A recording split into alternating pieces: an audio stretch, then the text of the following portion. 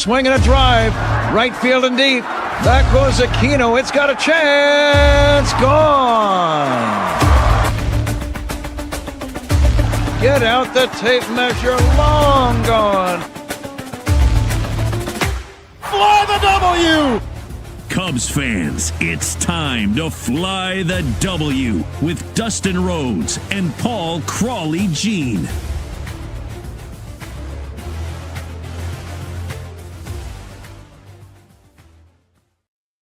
This is the Fly the W podcast, part of the Blue Wire Network. Don't forget to listen, download, review, subscribe to the podcast. You can follow me on all the socials. I'm at Mully and Haw on X, and this is Crawly's Adventures in Mesa. Yeah, you can follow me if you haven't been already this week at Crawly's Cubs on X, Blue Sky, TikTok, and Crawly's Clubhouse on Facebook, Instagram, YouTube, and Threads.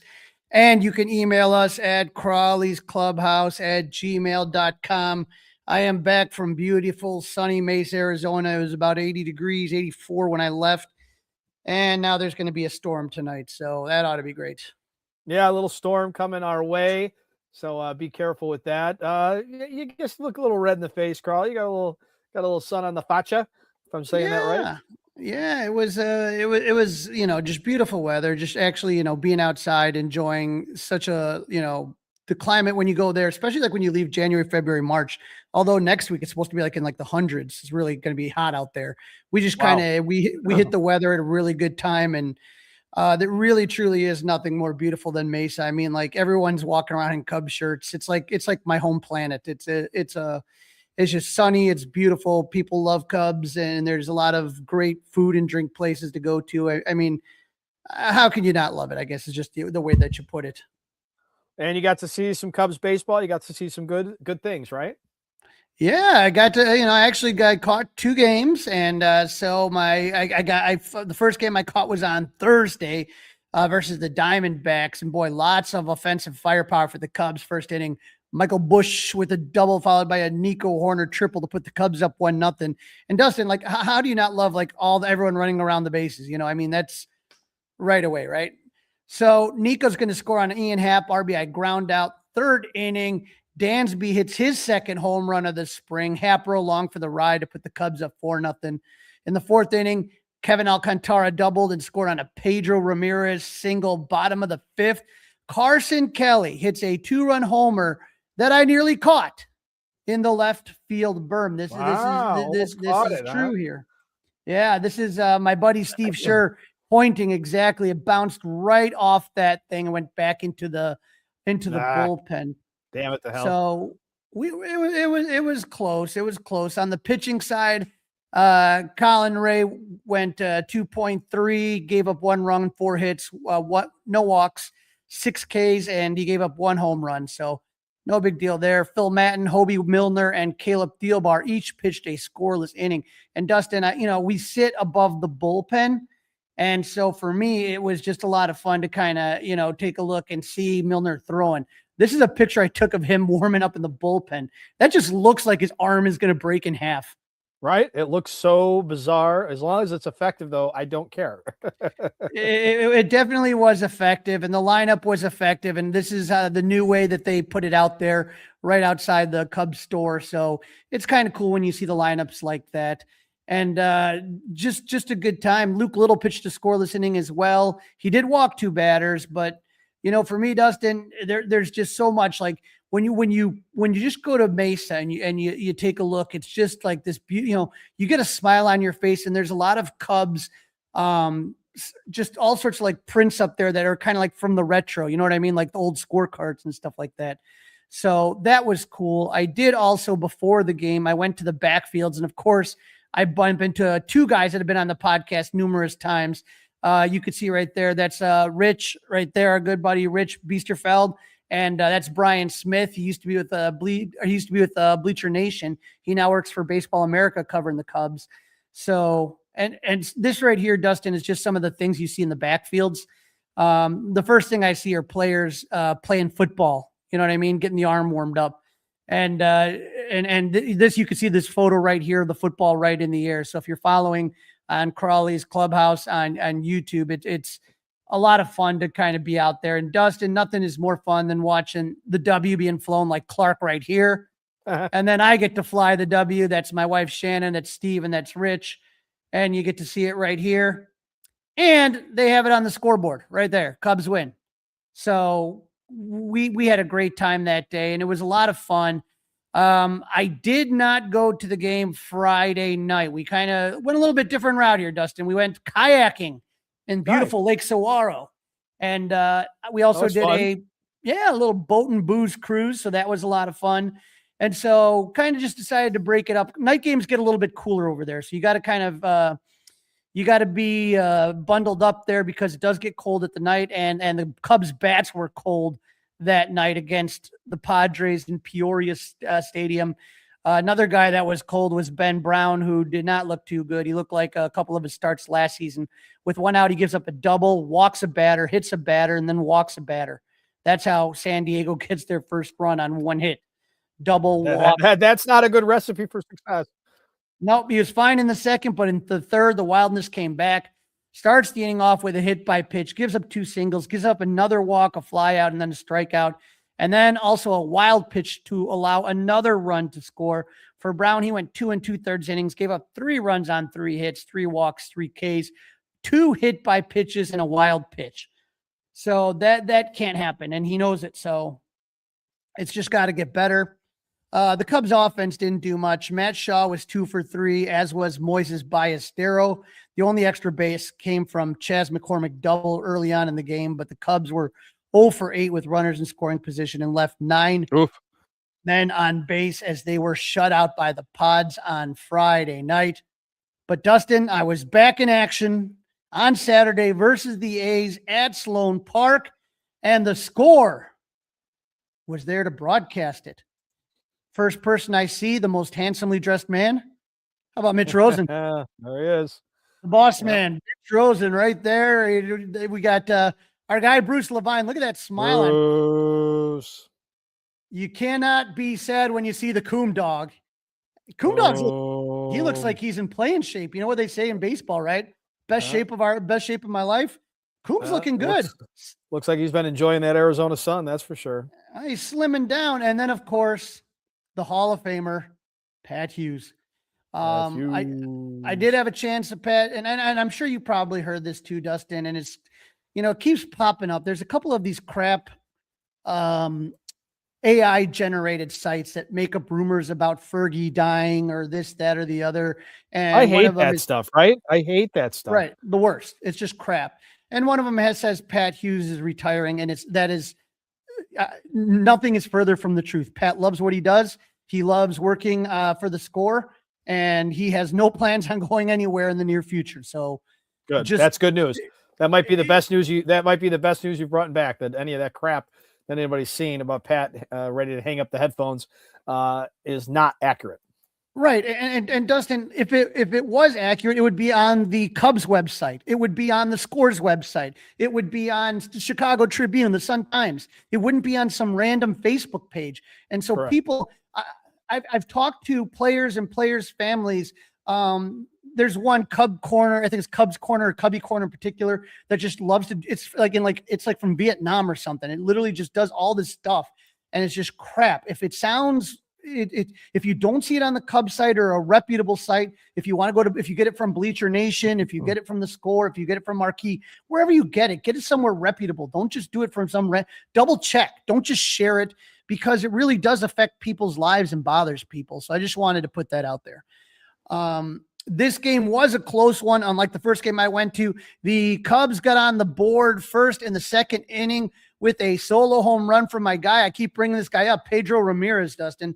I mean, I love what this kid is doing right now. He is just doing some great, great stuff. And so I'm happy to see that. Josiah Hartshorn, he's one that you want to keep an eye on. He made his Cubs debut at the single and would score on a Nico RBI single to put the Cubs up 2-0. Unfortunately, the A's answered in the top of the third. Shota Imanaga gave up 2 hits in the first 2 innings. He was in a little trouble in the first, got out of it. Second was no inning, but in the third with 2 outs, Andy Ibanez doubled off a ball I thought Ian should have caught, Ian Happ, and left. Shota then gave up a single and then the dreaded 2-run homer to give the A's a 3-2 lead. Shota would get 2 more outs in the 4th before his day was done. 3 2/3, 3 runs on 5 hits, no walks, 3 Ks, and just 1 home run. So, cut it down from that last outing. It wasn't as good as his first start. Wasn't as bad as his last start, kind of somewhere in the middle, right? Somewhere in the middle. Yeah, I'm still disappointed in the home runs, but that's part of Arizona baseball, I guess. It is, and that's part of his game a little bit, that he does give up home runs. And what he's brought about is they got to be solos. You know what I mean? Solo home runs aren't going to hurt you. Greg Maddux used to give up solo home runs. Not a big deal. Just don't let more runs score. He and Happ would tie it in the 5th with a solo home run, his first of the spring. And my guy, Pedro Ramirez, hit a sac fly to put the Cubs up 4-2, which is how this one would end. We get to fly the W a second time, Dustin. Not once, but twice. And those were the 2 games that I did get to go to. Happ would finish 2 for 3 with the homer. Carson Kelly was 2 for 2 with a double and a walk. Pedro Ramirez 1 for 2 with the homer and 2 RBIs. The Cubs lost on Sunday. So Dustin, every time I was at the game they won, every time I wasn't at the game they lost. You take it for what it's worth. I did not attend this one. I had a late night the night before. We went to the Rusty Spur. You could see Steve and my wife there. We went to go see the Psychobilly Rodeo Band, which is an all classic legend at the Rusty Spur, which if you haven't been to Mesa, that's a place to go. We did some hiking. We were at the Wind Cave in Mesa. So we did some beautiful hiking. And then we also had just a nice pool day before flying home. So it really was. That seems like a good trip. It seems like you got a little bit of everything in there, right? You got a little bit of R&R, spent a little time with the wife, saw your Cub friends, and saw Cubs win. So 2 Cubs wins. Yeah, that you can't beat it. I don't want to cut you short. Two Cubs. And just like I said, you got to meet a lot of players. I got Mitch, Pat, Ron, Bruce. I saw Sahadov. I saw Jesse Rogers. It's just so much fun to go out there. And so, this last game on Sunday, it was one that you really don't worry about the score, even though the Cubs lost 9-5. The Giants did most of their damage off once the regulars were out and scored on guys that aren't breaking camp with the big league team. Right. Already guys that have gotten sent back to the minors, right? Right. The Cubs got off to a 2-0 lead with Conforto hitting an RBI single in the 2nd and Moises Ballesteros with an RBI ground out in the 4th. Skipper Craig went with a bullpen game. Thielbar, Matten, Milner, Little all through scoreless innings. But in the top of the 5th, Corbin Martin gave up a 2-run home run to tie it. In the bottom of the 5th, Dansby Swanson would hit an RBI double to put the Cubs back up 3-2. And how about Moises Ballesteros? Mo Baller, 2-run single to extend it to 5-2. All the regulars would then come out of the game. And then reliever Connor Schultz came in the game. He would go 2/3 of an inning and give up 4 runs on 5 hits. Three home runs. Yeah, 3 home runs. I was listening to that portion of the game on the radio. Not a good listen. No, the Cubs lost the lead and the Giants would go up 6-5. The Giants would score an additional 3 runs off Brooks Capel in the 8th as the Giants would win 9-5. But Dustin, you're not counting on Connor Schultz and Brooks Capel to do this, to do anything for you in the season. Nico, though, 1 for 2 with a walk, scored 2 runs. Dansby was 2 for 3 with a double, a triple, and a walk. And Moises Ballesteros was 1 for 3 with 3 RBI, Dustin. But I do want to thank a couple people, for making this trip really, truly special for me. This is my friend. This is us hanging out in the berm right here. You can see shirt off, Dustin, shirt off, getting some sun.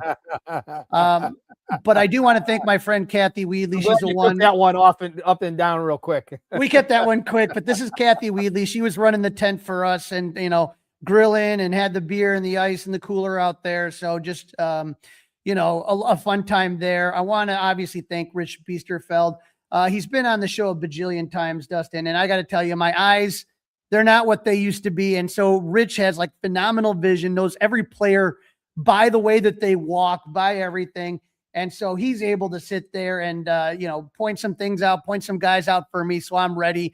And when those guys come up, just being happy to kind of see them and the players, Dustin, are just so nice and accommodating, talk to you for a minute, get you a picture. It really is truly special. And then finally, my brother from another mother, he's always kind of paying attention, watch on the show. He's been there. Steve sure just did such a great job making sure that we were in good shape, that, rides, helping us out, giving us advice. He really is a great follow on Twitter, especially if you plan on going out to Arizona. I would definitely, like I said, give Steve a follow. He's been on this show before, and he follows the show pretty much, all the time when there's not a game. He's at a lot of different games. Doesn't just go to Cubs games. He's got a lot of experience going to all sorts of different games. So, if, especially like I said, if you're planning on going, Dustin, I don't know when the last time you've been to Mesa, but I would give it a follow. And I didn't have any gray hair. Let's put it that way. I would honestly, I would say give him a follow, and that way you can find out. He always gives really good pro tips. And I've been to a lot of different parks, but he kind of gives you a lot of different information that you can see there. So just kind of something to keep in mind. You are listening to the Fly the W podcast. We are part of the Blue Wire Network. This, of course, is episode 343, Crawly's Cub Adventures in Mesa. We're going to talk a little World Baseball Classic next. Don't forget to listen, download, review, subscribe to the Fly the W podcast. 5-star review, we'll take it. Email us, Crawly's Clubhouse, gmail.com. Don't forget you can watch us. You might be doing that right now. Crawly's Clubhouse on the YouTube page. We are nearly at the end of pool play, Crawly and the WPC. Let's take a look and see how the teams are doing so far. Have you been watching, Dustin? Have you been excited? I have. Been good. We've had live sports during the Mully and Haw show. Pretty cool. Oh, you got to love it. And so when we take a look, the Cubs have had 12 players in the WBC, 13 if you count Johnny Long, had he not gotten injured.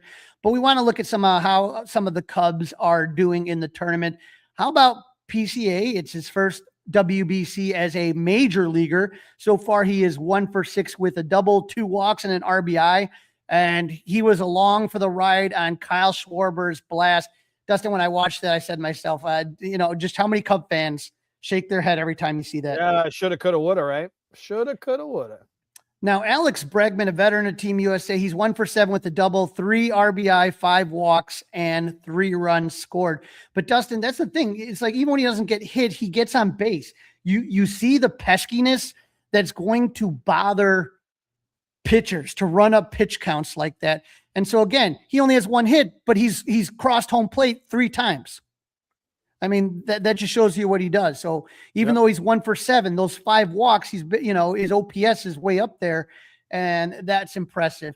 Now, Matt Boyd has pitched in 1 game against Mexico Monday night, last night when this happened. Didn't go well. He came into the game in the 6th inning, gave up 3 runs on 5 hits, no walks, 3 Ks. He gave up 2 home runs to Jarren Duran. So it made that game, I would say, a little bit closer than you would have liked. Mm-hmm. I thought it was that's not his role. I mean, it's his job to get people out, but he usually doesn't come in the 8th inning. Right. I think, he came in, I think he was 6, 7, 8, right around there. He was in the game, but it's just, you look at it and you say, okay, like you said, not his normal role. These are guys that operate based on routine, right? And so when that happens, you just kind of shake it off. Not a big deal. I thought that he did, to me, I think it wasn't his greatest performance, but it wasn't anything that kind of freaked me out. For Panama, Miguel Amaya hasn't done much. 1 for 9, no home runs, RBI, walks, or strikeouts. But how about this? Christian Bethancourt, who's probably starting in AAA, 4 for 14 with a double and 2 RBI. Not bad. Mm-hmm. Not bad at all. Venezuela, Daniel Palencia appeared in 1 game, pitched 1 inning, didn't give up a hit a batter. He struck out 2. And now, Dustin, I want to kind of get into some guys that are really doing some stuff right out here, man. We do have some Cubs players that are looking pretty impressive, and I'm going to start practicing this chant real quick.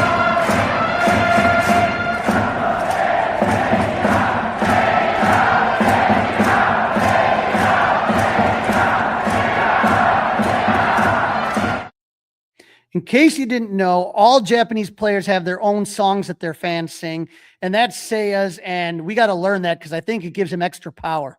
I think Bleacher Jeff has to lead those chants there because Seiya has been crushing it for Samurai Japan. He has 3 hits and 9 at-bats, 2 home runs, 5 RBIs, and 5 walks. He hit 2 of those home runs off Team Korea on Saturday. He is slashing .333, .571, 1,000. So mighty impressive.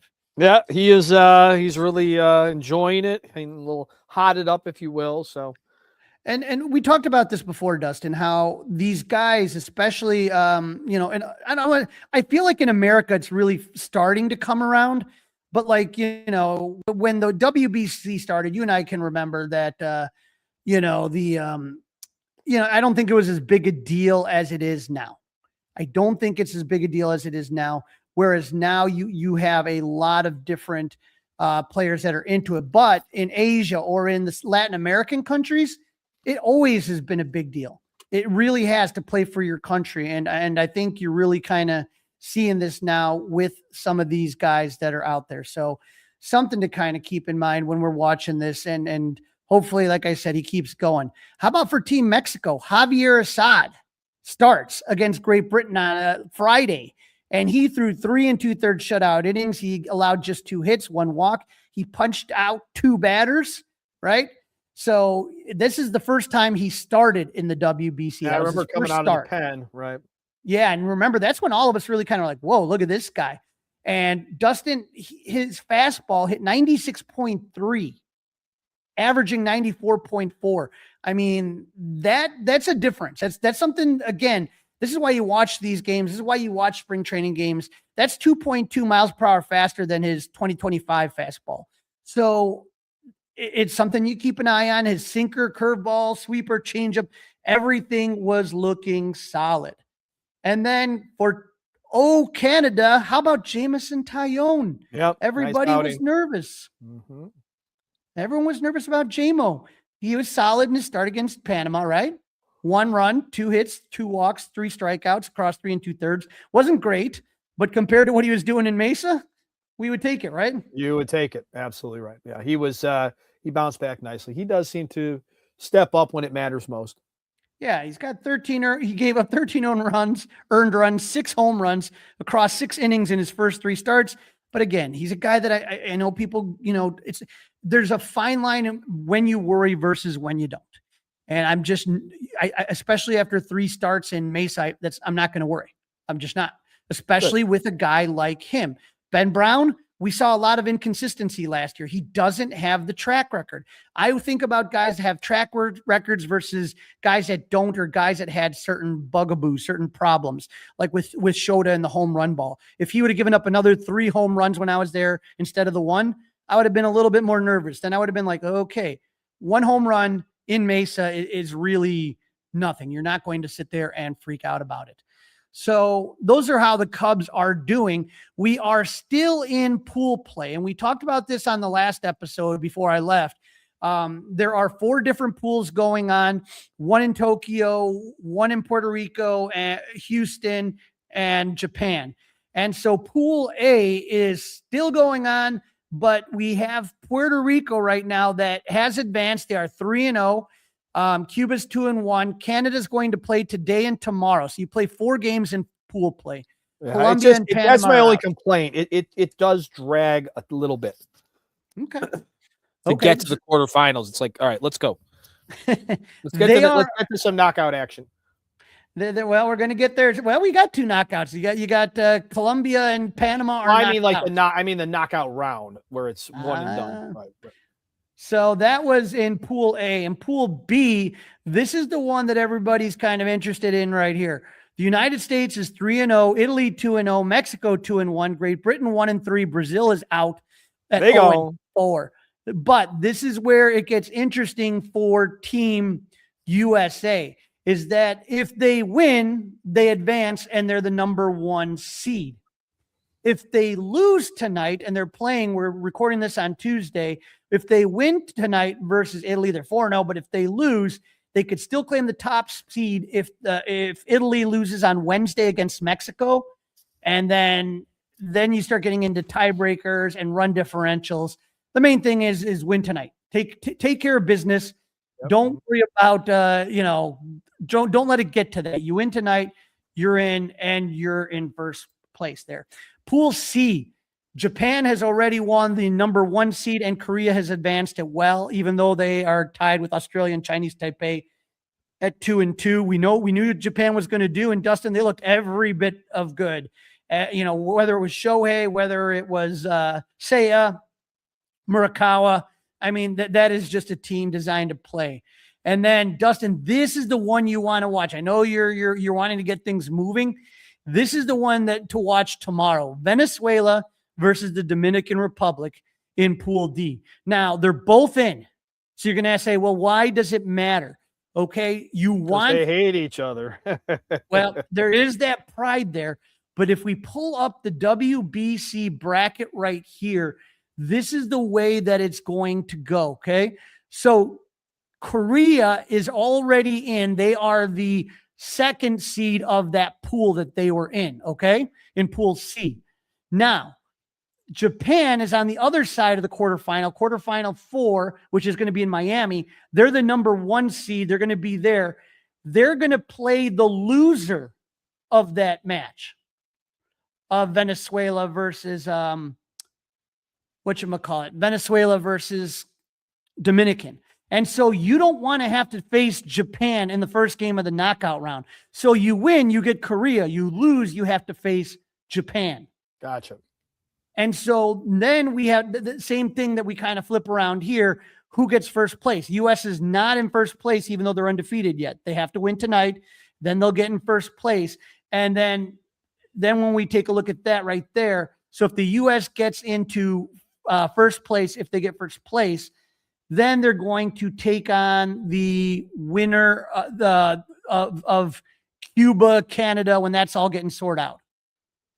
So that would be from Pool A. So definitely interesting. You want to be in first place so you get the easier opponent when you get to that pool right there. But I feel like it's been a lot of fun. I feel like the energy's really been there. I haven't, knock on wood, everybody seems to be doing okay. It's just a matter right now of whether or not what's going to happen next as far as the knockouts. And so today is Tuesday. Wednesday is the last day of games.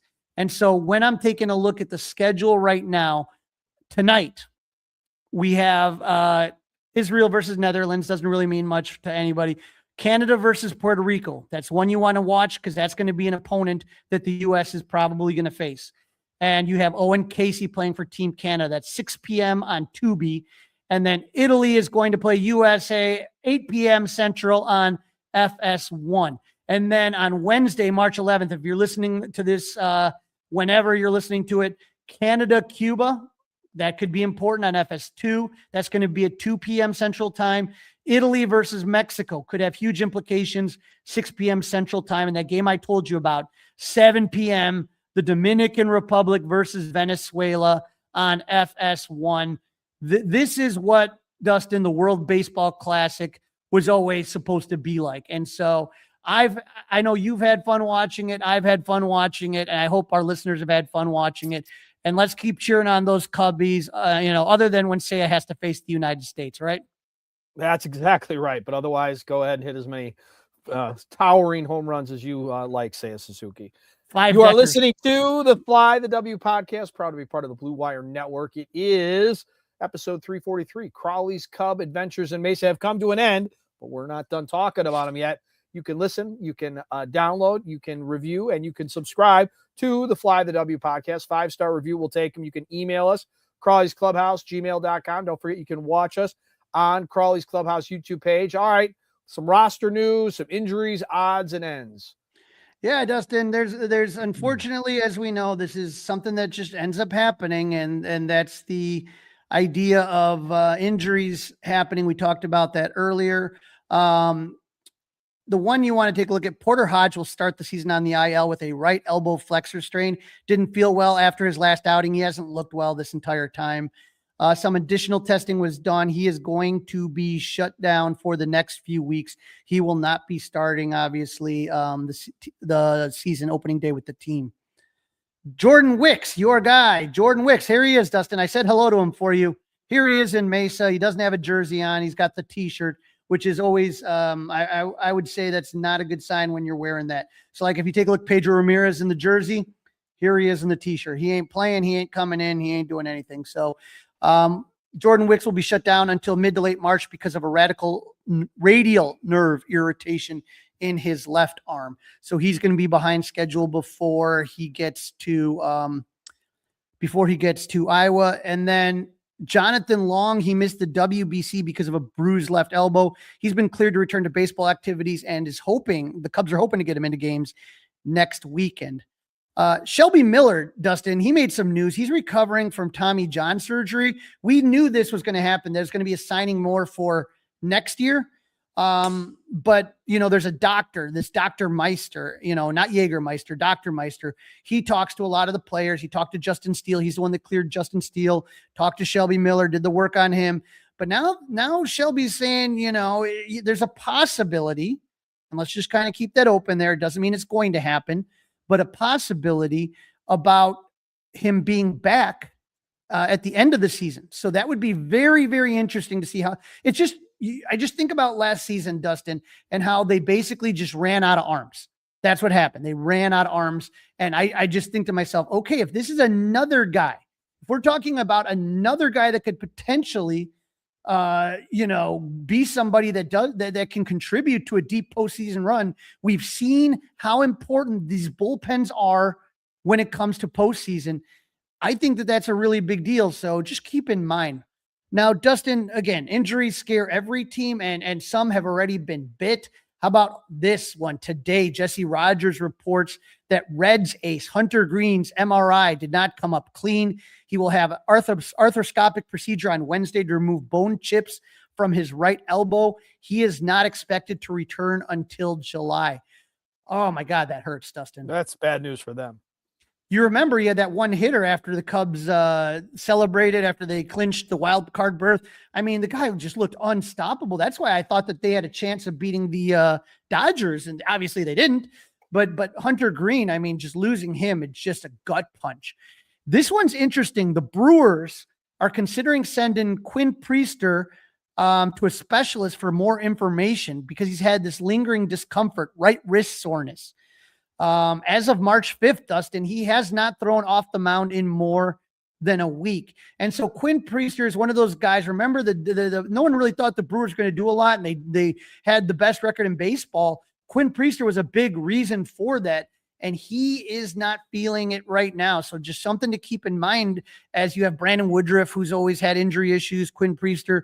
I mean, if all of a sudden you start losing guys, somehow Milwaukee seems to kind of find new ones. But that's just something that'll kind of keep you in mind, okay? Joey Wentz, the Braves lefty, tore his ACL, Dustin, while covering first base. Just something minor. It's like you get nervous about people going to play WBC, but it can be something as simple as just playing a spring training game and something as simple as covering first base. I mean, he wasn't going to be one of their top 4 starters, but he's probably going to be their 5th starter. You just don't want to go down. So we'll see what happens. We shall see. We got some signings. Jesus Luzardo, he signed a 5-year extension. He's 28 years old, Dustin, and he's got a lot of injury history. When I looked at this, and I don't know what you thought about it, I said to myself, it's the right move. I understand what they're doing, but boy, oh boy, it's $135 million over 5 years. You remember the Cubs were looking at him, and it looked like they had a trade in place. It was going to be Owen Casey for Jesus Luzardo last year, and the medicals didn't clear, and he's had an injury history, and the Cubs got cold feet and backed off. He had a great year for the Phillies. He was not injured, but that's a lot of cabbage, Dustin, for a guy that just has that injury history. So we'll see. 135, 5 years. So something to keep in mind. Zach Little signed a 1-year, $7 million deal with the Nationals. There's a mutual option for the following season. Little was one of the Athletics' top 50 free agents we've been following this offseason. Dustin, that list of 50 is down to 2. Both former Southsiders, number 50, Michael Kopech, and number 30, Lucas Giolito. Wild. Absolutely wild.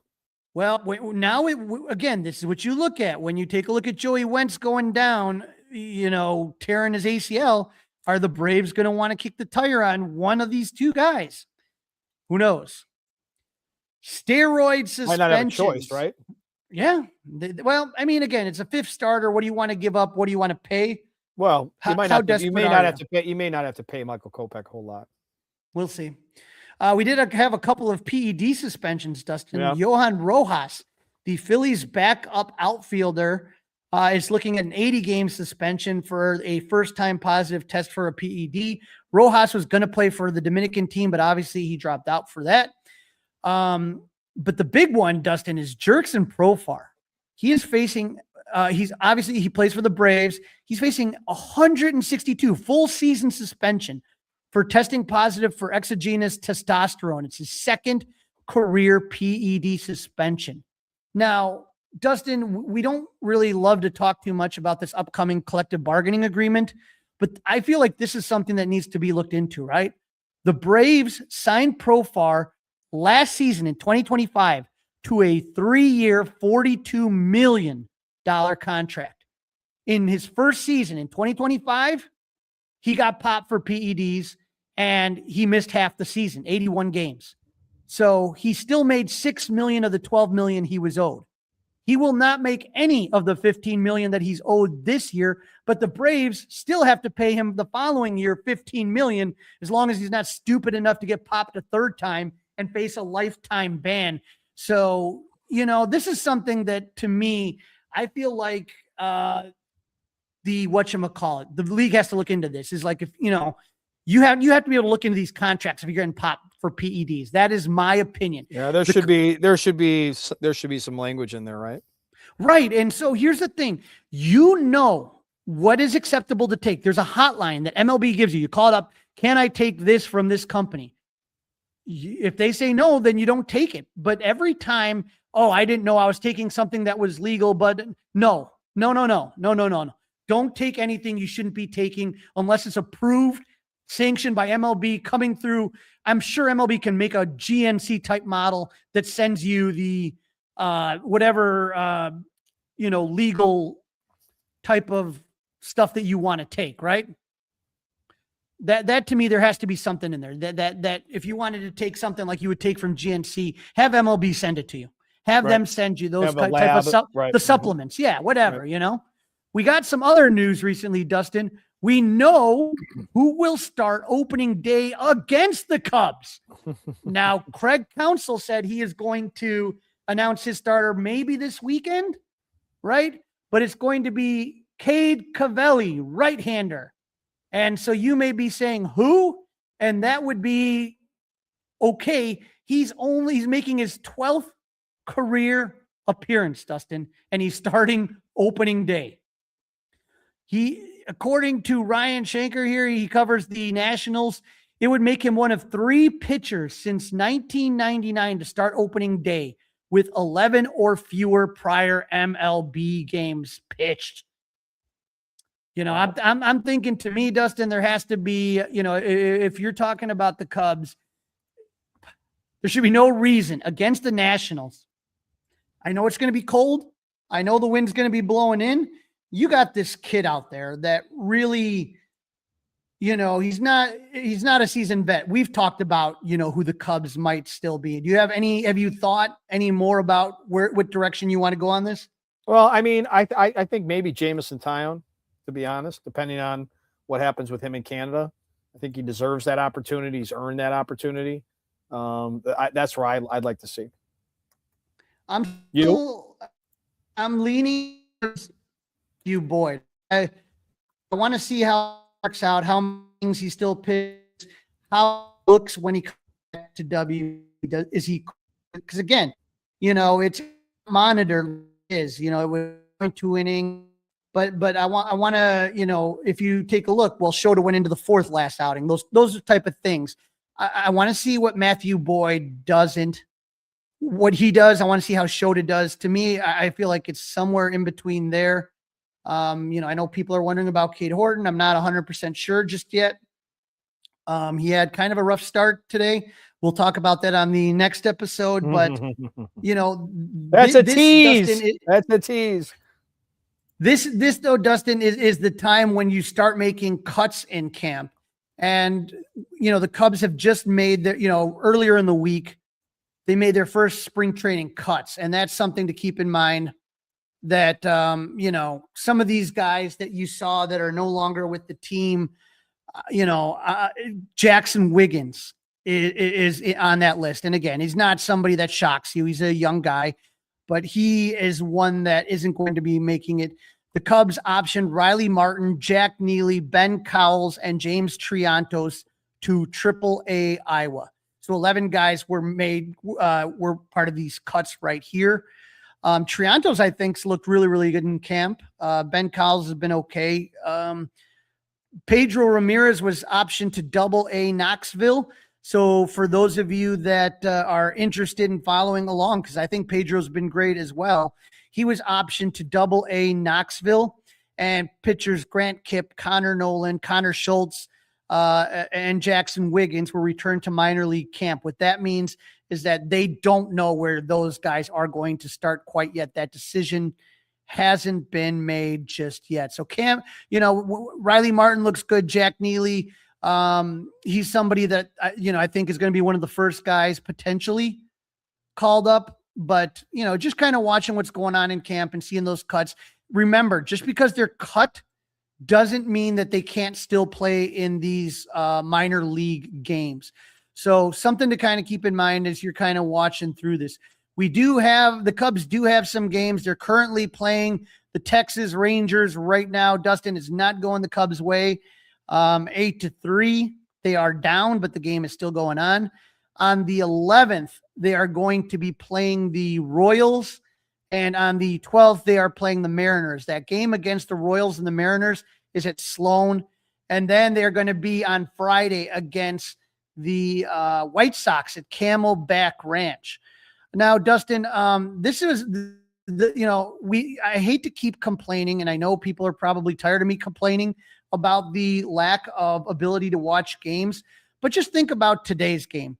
You had Jacob deGrom going up against Cade Horton. Now, again, it didn't go the way that we wanted it to go, but I would have liked to have seen it with my own eyes. Right. Instead of seeing tweets about it and whatnot. Mm-hmm. Right. And so that to me is frustrating. So we had no way to watch it. We have no way of watching Wednesday or Thursday. I don't know. They always kind of put the game day on late, and no way to watch the game Friday against the White Sox. So frustrating. The Score's next broadcast will be on Saturday. Now they're doing and not just because I work there, I will defend them, of course. They are doing their typical 10 games. That's what they do. They do 10 preseason games, and they are doing 10 preseason games. And maybe this is something they look into next year is kind of maybe adding more, or like you talked about, I know we've talked about before, splitting it up so that the Score and Marquee are not doing games on the same day. Right. When they're obviously also not doing games on the same day. Right. And that's going to be the 15th Sunday of March. Is going to be Marquee and Score. The Marquee will be covering all of that, but definitely something, like I said, that I think will hopefully get more discussion about how this goes moving forward. And that's, I honestly feel like that is going to be something that's decided in the CBA. Yeah, that would be something good to decide in the CBA. No doubt about that. All right, Crawly, that's a wrap for this one. Don't forget to listen, download, review, subscribe to the Fly the W podcast. Email us thoughts, questions, concerns, Crawly's Clubhouse, gmail.com. Watch us. You might be doing that already. Subscribe to the Crawly's Clubhouse YouTube channel. Crawly, have a great rest of the week. We'll get back together soon enough. Yep, and thank you again to Steve Scher, who's watching right now. I knew he would be, as I mentioned earlier. Rich Biesterfeld, Kathy Weedley, everybody that tuned in, like my guy Bill Watts put up that sign at the Score that looks so great out in the front lobby when you look into it. But a lot of baseball all over the place. Dustin, this is what I was dreaming about all winter long. Go Cubs and go USA.